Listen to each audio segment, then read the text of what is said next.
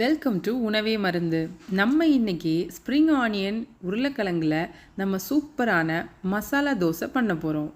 அதுக்கு 2 உருளைக்கிழங்கு எடுத்துக்கோங்க. அதை நல்லபடியாக அவிச்சு எடுத்துடலாம். ஒரு கட்டு ஸ்ப்ரிங் ஆனியன் எடுத்துக்கோங்க. அதை நல்லா வாஷ் பண்ணி அதை நம்ம 2 பாகமாக பிரிச்சுக்கலாம். ஆனியன் தனியாக, ஸ்ப்ரிங் தனியாக. கூடவே 2 மிளகாய், ஒரு சின்ன துண்டு இஞ்சி. இப்போ இது எல்லாத்தையும் நம்ம குட்டி குட்டியாக கட் பண்ணி எடுத்துக்கலாம். 2 ஸ்பூன் ஆயில் போட்டுக்கலாம். 1 ஸ்பூன் ஜீரா போட்டுக்கலாம். நறுக்கி வச்ச இஞ்சி போட்டுக்கலாம். அப்படியே மிளகா சேர்த்துக்கோங்க. 2 கிண்டு கிண்டி விட்டுடலாம்.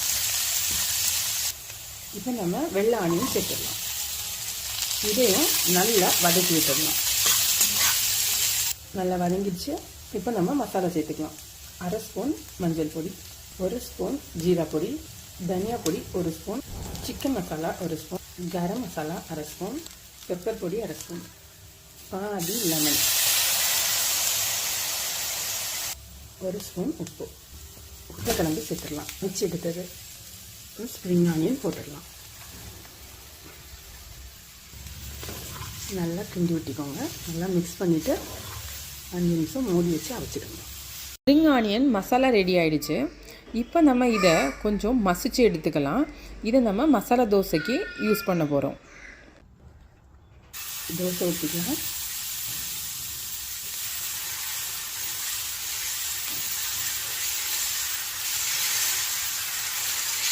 மில்லட் தோசை.